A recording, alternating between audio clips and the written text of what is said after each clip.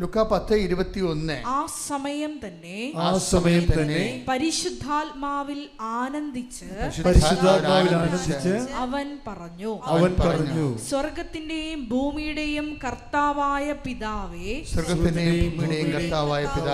അവിടുത്തെ ഞാൻ സ്തുതിക്കുന്നു. എന്തെന്നാൽ അങ്ങ് ഇവ ജ്ഞാനികളിൽ നിന്നും ബുദ്ധിമാന്മാരിൽ നിന്നും മറച്ചു വയ്ക്കുകയും ശിശുക്കൾക്ക് വെളിപ്പെടുത്തുകയും ചെയ്തു. അപ്പോൾ ഓപ്പൺ മാർക്കറ്റിലില്ല ഇത് വളരെ സ്വകാര്യമായ ഒരു വിതരണമേ ഉള്ളതിനെ. അതാണ് മറച്ചു വെക്കുക എന്ന് പറയുന്നത്. ഹിഡൻ വേഡ്, മറച്ചു വെച്ച വചനങ്ങൾ, അന്ധകാരത്തിൽ പറഞ്ഞവർ,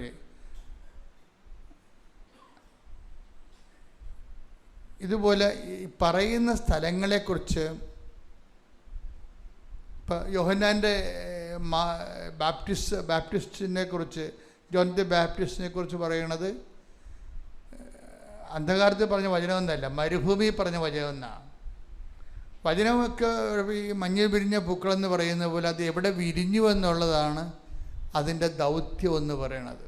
എവിടെയാണ് വിരിഞ്ഞത്, അതാണ് അതിൻ്റെ ഒരു സാഹചര്യം എന്ന് പറയുന്നത്. ഇപ്പം നമ്മൾ പറയുന്ന വചനം ഇതുപോലെ ഒരു ഹിഡൻ വേർഡാണ്. എന്താണ്? എപ്പോഴും പറയത്തില്ല. മാനസാന്തരപ്പെടുവിൻ, പശ്ചാത്തപിക്കുവിൻ, ഇപ്പം ജാഗരൂകരായിരിക്കുവിൻ എന്ന് പറഞ്ഞ് 17 പ്രാവശ്യം പറഞ്ഞിട്ടുണ്ട്. കർത്താവിൻ്റെ വചനത്തിൽ എല്ലാവരോടും പറയും, ഒരുങ്ങിയിരിക്കുവിൻ, തയ്യാറായിരിക്കുവിൻ, ജാഗരൂകരായിരിക്കുവിൻ. അങ്ങനെ 17 പ്രാവശ്യം പറഞ്ഞിട്ടുണ്ട്. പക്ഷേ ഈ പ്രയോജനമില്ലാത്ത ദാസനെ എൻ്റെ മുന്നിൽ നിന്ന് എടുത്തുകൊണ്ട് പോകാൻ പറയത്തില്ല. അതൊന്ന് പ്രാവശ്യം പറയത്തില്ല. ഇതന്നെ ഹിഡൻ വേടെന്ന് പറയണത്. പ്രയോജനമില്ലാത്ത ദാസനെന്നൊക്കെ വിളിക്കും, ഒരു കുഴപ്പമില്ല. വളരെ ആഘോഷമായിട്ട്, വളരെ മാന്യതയോടും മാനേഴ്സൊക്കെ അനുസരിച്ച് ദാസനെന്നൊക്കെ വിളിക്കും. ദൈവത്തിന് ഇഷ്ടപ്പെട്ടൊരു വിളിയാണ് ദാസൻ. പക്ഷേ വിളിക്കുന്നത് ഈ ദാസന്മാരിൽ തന്നെ പ്രയോജനമില്ലാത്ത ഈ സംഭവത്തെ എടുത്തുകൊണ്ട് പോകാൻ പറയും എൻ്റെ മുമ്പിൽ നിന്ന്. അതത്ര നിസ്സാരമായിട്ടുള്ള പറച്ചിലല്ല, ഇത്തിരി കൂടിയ പറച്ചിലാണ്. പ്രയോജനമില്ലാത്ത ദാസനെ എടുത്തുകൊണ്ട് പോകാൻ എൻ്റെ മുമ്പിൽ നിന്ന്.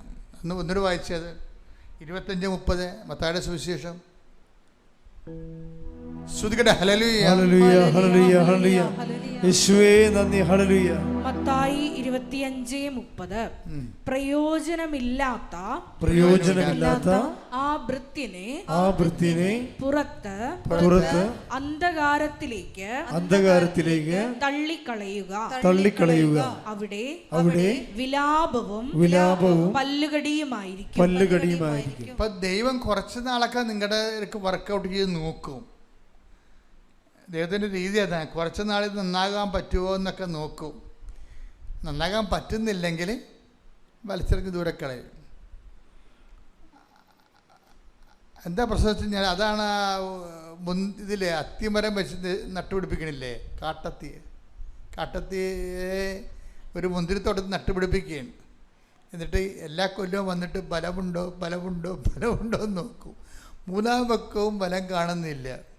പറയും ഇത് വെട്ടി കളയാൻ പറയും. കണ്ട, ആ ഐഡിയ എല്ലാം ഒന്നാണേ.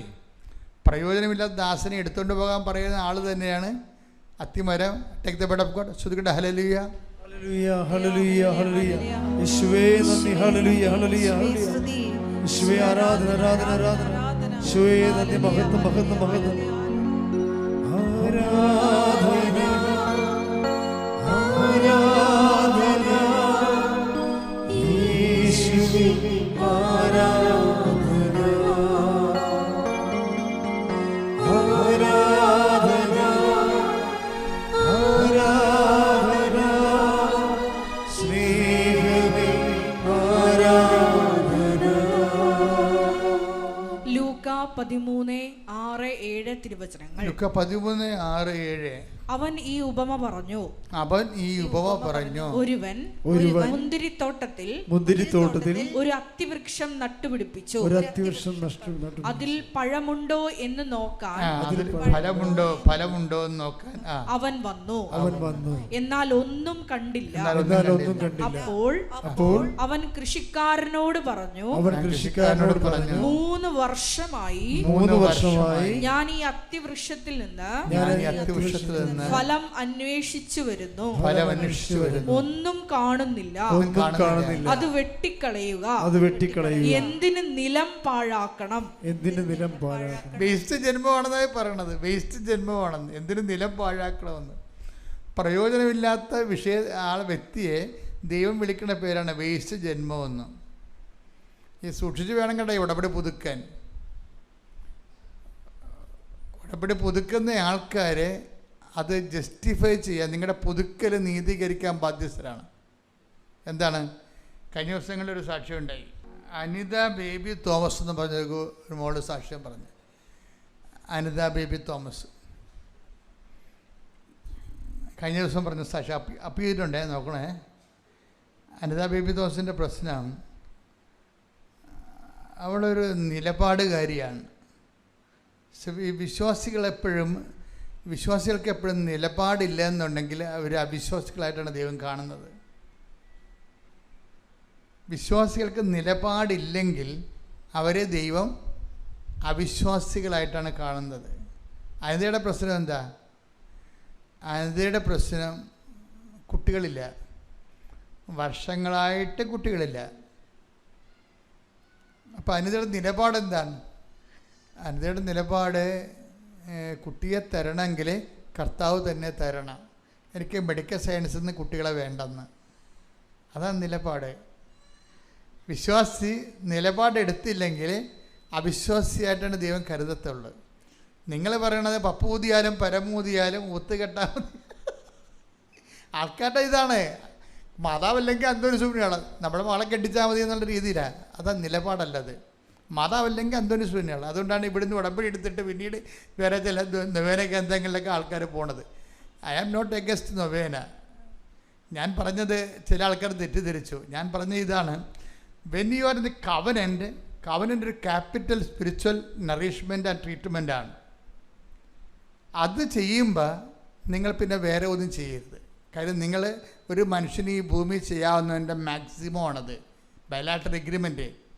ദൈവവും നമ്മളും തമ്മിൽ എടുത്തപ്പൊങ്ങാത്തൊരു ഭാരം ജീവിതത്തിൽ ഉണ്ടാകുമ്പോഴേ ദൈവത്തിനെ കൊണ്ടത് എടുപ്പിക്കാൻ വേണ്ടി ദൈവവും നമ്മളും തമ്മിലൊരു ഉഭയകക്ഷി സമ്മതപ്രകാരമുള്ള ഒരു ബന്ധത്തിൽ ഏർപ്പെട്ടിരിക്കുകയാണ്.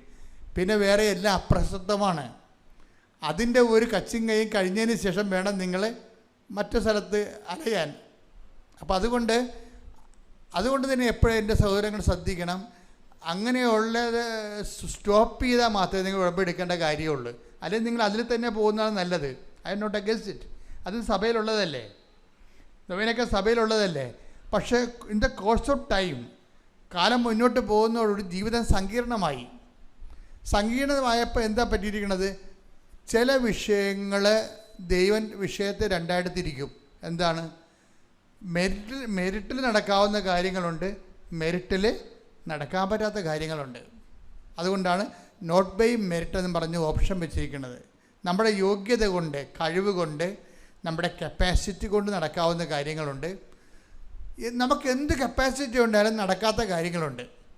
ഇപ്പോൾ എന്ത് കപ്പാസിറ്റി നമുക്കുണ്ടായാലും നടക്കാത്ത കാര്യങ്ങളാണ് സ്പേസ് ഓഫ് ഗോഡ് വരണത്. അതിന് ഉടമ്പടി അല്ലാതെ വേറെ ഒരു ബന്ധമില്ല. അത് സിംഗിൾ എഡ്ജായിട്ടുള്ള ഒരു പ്രെയർ എന്ന് പറയുമ്പോൾ എന്താ പ്രശ്നം? അതിന് സിംഗിൾ എഡ്ജേ ഉള്ളൂ. നമ്മളാണ് അതിൻ്റെ ഒരു എഡ്ജ്. ദൈവത്തിൻ്റെ അടുത്ത് കേട്ട് അത് ദൈവത്തിൻ്റെ കാര്യമാണ്. നമ്മുടെ പ്രാർത്ഥനയ്ക്കുള്ള പ്രശ്നം എന്താണ്? ദൈവം കേട്ടില്ലെങ്കിൽ വലിയ കുഴപ്പമൊന്നുമില്ല. പല സംഭവത്തിലും കേൾക്കത്തില്ലെന്ന് പറഞ്ഞിട്ടുണ്ട്. പല സമയത്തും പ്രെയർ കേൾക്കത്തില്ലെന്ന് പച്ചക്ക് നമ്മുടെ മുഖത്ത് നോക്കി പറഞ്ഞിട്ടുണ്ട്. നിന്റെ ധൂപം എടുത്തുകൊണ്ട് പോയതിൻ്റെ മുമ്പിൽ നിന്ന് ഐ ഡോണ്ട് വാണ്ട് ഇറ്റ് എന്ന്.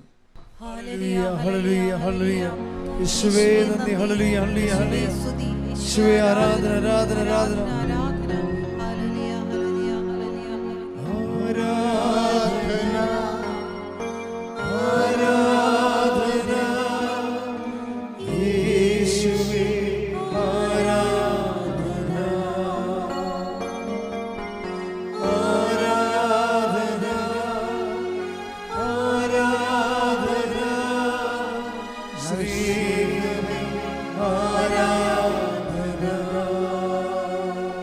ആദ്യമായി ഈശോപ്പച്ചനും അമ്മ മാതാവിനും ഒത്തിരി നന്ദി പറയുന്നു.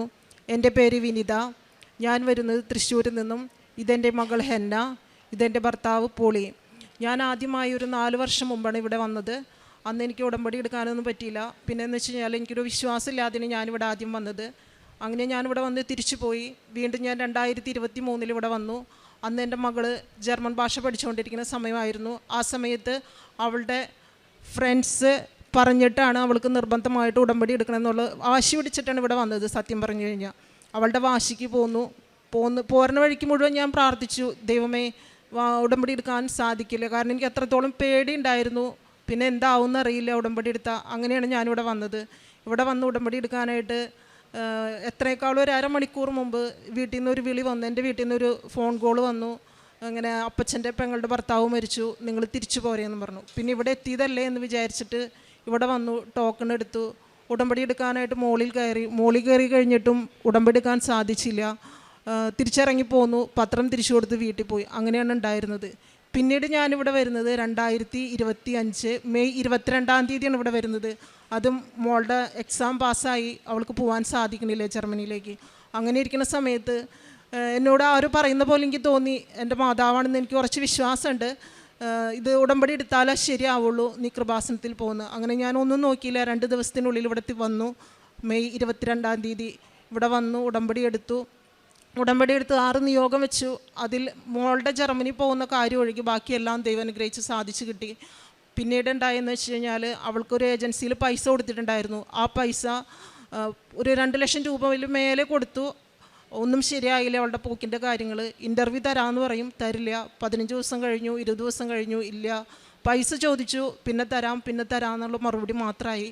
അങ്ങനെ ഇരിക്കുന്ന സമയത്താണ് മാതാവിനോട് ഒത്തിരി പ്രാർത്ഥിച്ചു, ജപമാല ചൊല്ലി, അങ്ങനെ എല്ലാം ചെയ്തിരിക്കുന്ന സമയത്ത് എൻ്റെ ഉടമ്പടി ഓഗസ്റ്റ് 22-ാം തീയതി തീരും. ഓഗസ്റ്റ് 21-ാം തീയതി ആ സാറ് വിളിച്ചിട്ട് പറയാണ്, നിങ്ങൾ പോരെ, നിങ്ങളുടെ പൈസ റെഡി ആയിട്ടുണ്ട്, പൈസ തരാമെന്ന്. അങ്ങനെ പൈസ കിട്ടി. പിന്നീട് എനിക്കുണ്ടായ കാര്യം എന്ന് വെച്ച് കഴിഞ്ഞാൽ എനിക്കൊരു 22 വർഷത്തോളമായി എൻ്റെ തണ്ടലിൻ്റെ അവിടെ ഒരു നട്ടെല്ലിൻ്റെ ബാക്ക് സൈഡിലായിട്ട് ഒരു മുഴയല്ല കുരുവാണോ എന്ന് ചോദിച്ചാൽ അതുമല്ല, അങ്ങനെ ഒരു സംഭവം വരും. എന്നും അത് ആശുപത്രിയിൽ പോവും, കീറും, സ്റ്റിച്ചിടും. ഒരു 6 തവണയോളം അവിടെ അങ്ങനെ കീറി സ്റ്റിച്ചിട്ടുണ്ട്.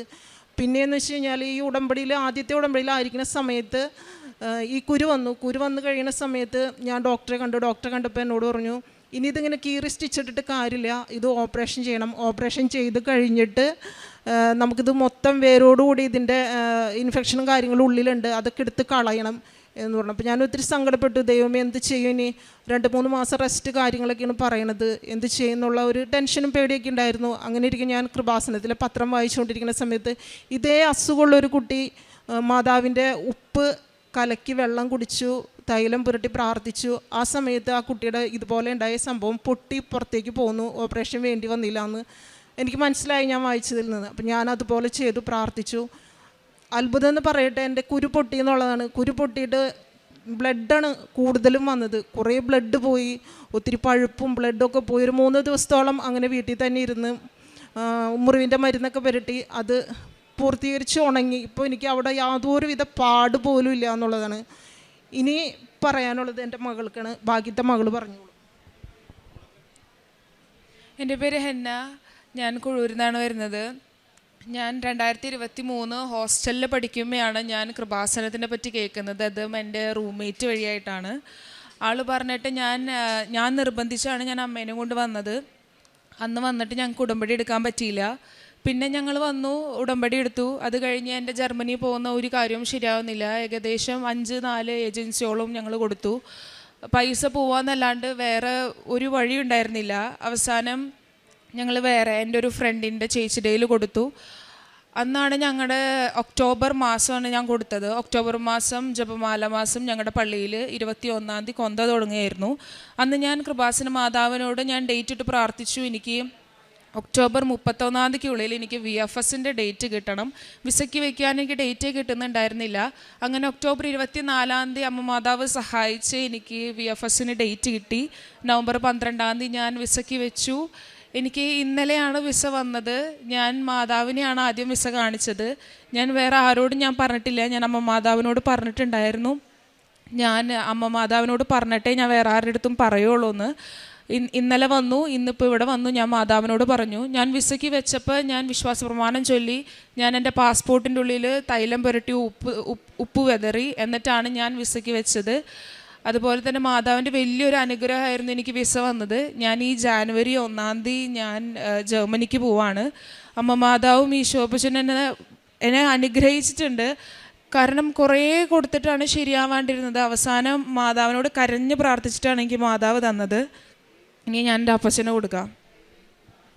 എൻ്റെ പേര് പോളി. എനിക്ക് തണ്ടവേദനയായിരുന്നു. ഒരു 15 വർഷം മുന്നേ തണ്ടവേദന തുടങ്ങിയതാണ്. അപ്പം അന്നാണ് ഇവിടെ ഇവർ ഈ പറഞ്ഞ കാര്യം ഇങ്ങോട്ട് പോകുന്ന സമയത്ത് ഞാൻ പറഞ്ഞ് ഇവരെ ഞാൻ കാറിൽ കൊണ്ടുവന്നാക്കിയിട്ട് തിരിച്ച് പോകുമ്പോഴേക്ക് ഞാൻ പറഞ്ഞു, ഞാൻ എന്നെ ഇവിടേക്ക് വിളിക്കരുത്, എനിക്ക് പറ്റണില്ല, വണ്ടിയുമ്പോൾ പോകുമ്പോൾ തണ്ടവേദന എടുക്കും. അങ്ങനെ പോയി. പിന്നെ പള്ളിയിൽ പോക്ക്, ദിവസം പള്ളിയിൽ പോവും, കുർബാന സ്വീകരിക്കും. അപ്പോൾ ജപമാലയുടെ അഖണ്ഡ ജപമാലയുടെ കേസിന് ഞങ്ങളുടെ അടുത്തോട് ചേട്ടൻ പറഞ്ഞു, വണ്ടി പോകുന്നുണ്ട്, പോളി നീ പോരുണ്ടോയെന്ന് ചോദിക്കുകയാണ്. അപ്പം ഞാൻ ആ ചേട്ടൻ്റെ അടുത്തോട് ഞാനില്ല, കാരണം എനിക്ക് തണ്ടവേദനയാണ്, എനിക്ക് പറ്റില്ല, ഞാൻ അയലക്കത്തൊക്കെ ഒന്ന് പറഞ്ഞേക്കാം എന്ന് പറഞ്ഞു. അങ്ങനെ പറഞ്ഞ് ഒരാഴ്ച കഴിഞ്ഞ് കഴിഞ്ഞപ്പോൾ ഞാൻ ദിവസം പള്ളിയിൽ പോവും, കുർബാന കാണും, പണിക്ക് പോവും. അപ്പോൾ തണ്ടലുവേന വൈകുന്നേരം ആകുമ്പോൾ അതിൻ്റെ തണ്ടലുവേന കുഴമ്പിടും. എങ്ങനെയൊക്കെയായിരുന്നു പരിപാടി. അപ്പോൾ എന്തോ മാതാവ് എന്നെ വിളിക്കണ മാതിരി എനിക്ക് തോന്നി. ഞാൻ കുർബാന കഴിഞ്ഞ് രാവിലെ കുർബാന കഴിഞ്ഞ് ഇറങ്ങി വന്നപ്പോൾ ഈ ചേട്ടൻ അവിടെ നിൽക്കുകയാണ്. അപ്പോൾ ഞാൻ പറഞ്ഞ്, ചേട്ടന് 3 സീറ്റ് ഞങ്ങളുണ്ട് എന്നും പറഞ്ഞു ഞാൻ അങ്ങോട്ട് പോന്നു. അപ്പോൾ ആ ചേട്ടൻ എൻ്റെ അടുത്ത് ചോദിക്കുകയും ചെയ്ത്, ഞാൻ ആദ്യം പറഞ്ഞപ്പോൾ ചേട്ടൻ ഈ തണ്ടലുവേനാണ്, ഞാൻ ഉണ്ടാവില്ല എന്നുള്ള പുള്ളിയും പറഞ്ഞു, ശരിയാണ്, നീ വരണ്ട, അവിടെ തിരക്കായിരിക്കുള്ളൂ, നിന്നെക്കൊണ്ട് പറ്റില്ല. ഇത് ഒരാഴ്ച കഴിഞ്ഞ് കഴിഞ്ഞപ്പോൾ ഒരു തോറ്റം പോലെ ഞാൻ തന്നെ ചെന്ന് പറയാണ്, അത് മാതാവിനെ കൊണ്ട് പറയിപ്പിക്കുന്നതാണ്, ചേട്ടൻ ഒരു 3 സീറ്റ്. അപ്പോൾ ആ ചേട്ടൻ്റെ അടുത്ത് തിരിച്ച് ചോദിച്ചില്ല, അത് നിന്നോട് ചോദിച്ചപ്പോൾ തണ്ടലേനാന്നുള്ള പറഞ്ഞായിരുന്നേ എന്ന് പുള്ളി ചോദിച്ചില്ലാനും. അങ്ങനെ ഇവിടെ വന്ന് 2 കിലോമീറ്റർ അകലെയാണ് വണ്ടി നിർത്തി ഞങ്ങൾ. അവിടെ നിന്ന് നടന്ന് മാതാവിൻ്റെ അടുത്ത് വന്ന് മാതാവിൻ്റെ അടുത്ത് നിന്ന് കൊന്ത ചൊല്ലി നടന്നിട്ട് അവിടെ വരെയും അറിഞ്ഞു പോലുമില്ല, എങ്ങനെ എത്തിയെന്ന് പോലും അറിയില്ല. അങ്ങനെ ഭയങ്കര അനുഗ്രഹമുണ്ട്. ഇപ്പോൾ തണ്ടലേനൊക്കെ കുറവായി, വളരെയധികം മാറ്റമുണ്ട്. ഞങ്ങൾ വളരെ സന്തോഷത്തിലാണ്. മാതാവിന് നന്ദി പറയുന്നു. അവന് പിന്നെ കാരുണ്യ പ്രവൃത്തിയായിട്ട് ചെയ്യണത് പത്രം ടൗണുകളിലും മാള ബസ് സ്റ്റാൻഡിലും. പിന്നെ ഞാൻ എന്ത് ചെയ്യുന്നത് വെച്ച് കഴിഞ്ഞാൽ, ഈ പത്രം കൊടുക്കുന്ന സമയത്ത് മാതാവിനോട് പറയും, മാതാവേ ഈ പത്രം അർഹതയുള്ള കൈകളിൽ എത്തണം, അതിനുള്ള ആളുകളെ എനിക്ക് മാതാവ് കാണിച്ചു തരണം. ഈ പത്രം വായിക്കുമ്പോൾ അവരുടെ നിയോഗങ്ങൾ മാതാവ് ഏറ്റെടുക്കുകയും ചെയ്യണം. അങ്ങനെ പറഞ്ഞിട്ട് ഞാൻ പത്രം കൊടുക്കണത്. ഈ പത്രം കൊടുക്കുമ്പോൾ വേണ്ടാന്ന് പറയുന്നവരോട് ഞാൻ പറയും, വേണ്ടെങ്കിൽ ഇങ്ങോട്ട് തിരിച്ച് തന്നേരും. മാത്രമല്ല, നിങ്ങൾ വായിക്കുന്നുണ്ടെങ്കിൽ മാത്രമേ പത്രം വാങ്ങിക്കാവൂ, അല്ലെങ്കിൽ വാങ്ങിക്കരുത്. വായിക്കാതിരുന്നിട്ട് പിന്നെ ഇത് വാങ്ങിച്ചിട്ട് കാര്യമില്ല, വായിക്കുന്ന ഒരാൾക്ക് കൊടുക്കാൻ എനിക്ക് സാധിക്കുകയും ചെയ്യും എന്ന് പറഞ്ഞിട്ടാണ് ഞാൻ പത്രം കൊടുക്കാറ്. പിന്നെ ഈ പറഞ്ഞ പോലെ മരുന്ന് വാങ്ങിക്കാൻ പൈസ ഇല്ലയെന്ന് പറയുന്ന ആളുകൾക്ക് പൈസ കൊടുക്കാറുണ്ട്. ഒപ്പം ഭക്ഷണത്തിന് പൈസ ഇല്ലയെന്ന് പറഞ്ഞു കഴിഞ്ഞാൽ പൈസ കൊടുക്കാറുണ്ട്, ദശാംശം കൊടുക്കാറുണ്ട്. അങ്ങനെയുള്ള കാരുണ്യ പ്രവർത്തികളൊക്കെ ചെയ്യാറുണ്ട്. പിന്നെ ഈ പറഞ്ഞ പോലെ ഉടമ്പടിയിൽ ആയിരുന്നപ്പോൾ മുതൽ ഇന്ന് വരെ ഒരു ദിവസം പോലും പള്ളി പോവാതിരിക്കുകയോ കുമ്പസാരിക്കാതിരിക്കുകയോ അല്ലെങ്കിൽ കുടുംബ പ്രാർത്ഥന മുടങ്ങിയോ ഇതുവരെ ചെയ്തിട്ടില്ല. ഇപ്പോൾ എങ്ങനെയാണെന്ന് വെച്ച് കഴിഞ്ഞാൽ ഒരു ദിവസം പോലും പ്രാർത്ഥന മുടങ്ങിക്കഴിഞ്ഞാൽ ഭയങ്കര വിഷമമാണ്. പള്ളിയിൽ പോയില്ലെങ്കിൽ അതിലേറെ വിഷമം. അങ്ങനെയുള്ള ഒരവസ്ഥയിലേക്ക് മാറിക്കഴിഞ്ഞു ജീവിതം. കാരണം എന്താണെന്ന് വെച്ചാൽ ഇതൊക്കെ മാതാവിൻ്റെ അനുഗ്രഹമാണ്. ഒരു വിശ്വാസം ഉണ്ടായിരുന്നില്ല. ഞായറാഴ്ച വെറുതെ പള്ളിയിൽ പോരും. പിന്നെ പോണത് കൊല്ലത്തിൽ 10 ദിവസത്തെ കൊന്തയ്ക്ക് മുടങ്ങാതെ പള്ളിയിൽ പോവും. പിന്നെ ഈ പറഞ്ഞ പോലെ മാതാവിൻ്റെ പെരുന്നാളൊക്കെ വരുമ്പോൾ നമ്മൾ 10 ദിവസത്തെ നവനാളുണ്ടാവും, അതിന് പോവും. അങ്ങനെയൊക്കെ പള്ളിയിൽ പോയിട്ടിരുന്ന ഒരാളാണ് ഞാൻ. ഇപ്പോൾ എനിക്ക് ഒരു ദിവസം പോലും പള്ളിയിൽ പോവാതിരിക്കാൻ പറ്റാത്തൊരവസ്ഥയിലേക്ക് മാറിയിട്ടുണ്ട്. അങ്ങനെ മാതാവ് വലിയൊരു അനുഗ്രഹമാണ് തന്നിരിക്കുന്നത്. പിന്നെ ഞാൻ ഈ കൊച്ചിൻ്റെ വിസ വരാതായിരിക്കുന്ന സമയത്തും എപ്പോഴും ബൈബിൾ എടുത്ത് വായിക്കുമ്പോൾ ഞാനിങ്ങനെ ഇവൾക്ക് വേണ്ടി പ്രാർത്ഥിച്ച് നിയോഗം വെച്ചിട്ട് പ്രാർത്ഥിക്കുക, മാതാവ് വിസയ്ക്ക് അനുസൃതമായിട്ടൊരു വചനം കാണിച്ച് തന്നേക്കണേ എന്ന് പ്രാർത്ഥിച്ചാണ് ബൈബിൾ തുറക്കാറ്. അപ്പോൾ എനിക്ക് കിട്ടുന്നൊരു വചനം എന്ന് പറഞ്ഞു കഴിഞ്ഞാൽ ലൂക്കായുടെ സുവിശേഷം 12-ാം അധ്യായം 1 മുതൽ 12 വരെയുള്ള വാക്യങ്ങളാണ്. ഭയം കൂടാതെ സാക്ഷി നൽകാൻ. ഞാൻ ഒത്തിരി ദിവസമായി പ്രാർത്ഥിച്ചു ഒരുങ്ങാണ് ഇവിടെ സാക്ഷ്യം പറയാൻ വേണ്ടിയിട്ട്. ഇവൾ 12-ാം തീയതി വിസയ്ക്ക് വെച്ചു. 19-ാം തീയതി ഞാൻ എൻ്റെ നിയോഗങ്ങളും എൻ്റെ സാക്ഷ്യത്തിനുള്ള കാര്യങ്ങളും ഞാൻ എഴുതി വെക്കുകയാണ് ചെയ്തത് വീട്ടിൽ. എനിക്ക് ഉറപ്പുണ്ടായിരുന്നു അമ്മ മാതാവ് തരുമെന്ന്. അതിപ്പോൾ നിറവേറിയിട്ടുണ്ട്. മാതാവിന് ഞാൻ നവംബർ 30-ാം തീയതി ഞാനിവിടെ വന്ന് പോയായിരുന്നു. അപ്പോൾ മാതാവിനോട് ഞാൻ പറഞ്ഞു, ഇനി കൊച്ചിൻ്റെ വിസയും പാസ്പോർട്ടുമായിട്ട് ഞാനിവിടെ വരുള്ളൂ. മാത്രമല്ല ഇത് മാതാവിൻ്റെ അടുത്ത് വന്ന് പറഞ്ഞതിന് ശേഷമാണ് ഈ വിസ കിട്ടിയെന്ന് മറ്റുള്ളവരോട് ഞാൻ പറയുള്ളൂ എന്ന് മാതാവിന് വാക്ക് കൊടുത്തിട്ടുണ്ട്. ആ വാക്ക് നിറവേറ്റാൻ വേണ്ടിയിട്ട് ഇന്നലെ വിസ കിട്ടി. ഇന്ന് രാവിലെ വെളുപ്പിന് 2:45 ഞങ്ങൾ വീട്ടിൽ നിന്ന് പുറപ്പെട്ടതാണ്. അങ്ങനെയാണ് ഞങ്ങൾ ഇവിടെ എത്തി മാതാവിന് നന്ദി പറഞ്ഞത്. ഇനി ഞാനും എൻ്റെ കുടുംബവും ഇപ്പോഴും മാതാവിൻ്റെ മുമ്പിൽ വെറും നഴ്സറി കുട്ടികൾ മാത്രമാണ്. കാരണം ഞങ്ങൾക്കൊന്നും അറിയില്ല. മാതാവിൻ്റെ കൈ പിടിച്ച് മുന്നോട്ട് പോകാനുള്ള ആത്മീയ വളർച്ച മാതാവ് ഞങ്ങൾക്ക് തന്നിട്ടുണ്ട്. അപ്പം മാതാവിൻ്റെയും ഈശോപ്പച്ചൻ്റെയും കരം പിടിച്ച് മുന്നോട്ട് പോകാനുള്ള കൃപ നൽകണമെന്ന് പ്രാർത്ഥിച്ചുകൊണ്ട് നിർത്തുന്നു. Praise the Lord. ആദ്യമായി മാതാവിനും ഈശോയ്ക്കും 1000 നന്ദി. മാതാവും ഈശോയും ഞങ്ങൾക്ക് തന്നില്ല എല്ലാവിധ അനുഗ്രഹങ്ങൾക്കും നന്ദി പറയുന്നു. ഇത് എൻ്റെ പേര് സൗബി, ഇത് എൻ്റെ മമ്മി എൽസമ്മ. ഞങ്ങൾ ആയാങ്കുടി അൽഫോൻസാവരം ആയാങ്കുടി ഇടവകയിൽ നിന്നാണ് വരുന്നത്. ഇവിടെ ആദ്യമായി ഉടമ്പടി എടുത്തത് എൻ്റെ മമ്മിയാണ്. മമ്മി 2022 നവംബർ 17-നാണ് മമ്മി ഉടമ്പടി എടുത്തത്. അത് മെയിനായിട്ടും മമ്മി ഉടമ്പടി എടുത്തത് എനിക്ക് വേണ്ടിയാണ്. ഞാൻ എപ്പോഴും പറയുമായിരുന്നു എനിക്ക് യൂറോപ്പിൽ വർക്ക് ചെയ്യണമെന്ന് പറയുമായിരുന്നു. അതനുസരിച്ച് മമ്മി ഉടമ്പടി എടുത്തു. മമ്മിക്ക് ഭയങ്കര ആഗ്രഹമായിരുന്നു ഞാൻ നല്ലൊരു ജോലി കിട്ടണമെന്ന്. അതുപോലെ മമ്മി ഉടമ്പടി എടുത്തു. ഉടമ്പടി എടുക്കുന്നതിന് മുമ്പ് ഞാൻ 2 പ്രാവശ്യം OET എക്സാം എഴുതിയായിരുന്നു. അപ്പോഴൊന്നും എനിക്ക് വേണ്ട സ്കോർ കിട്ടാൻ പറ്റാതായി.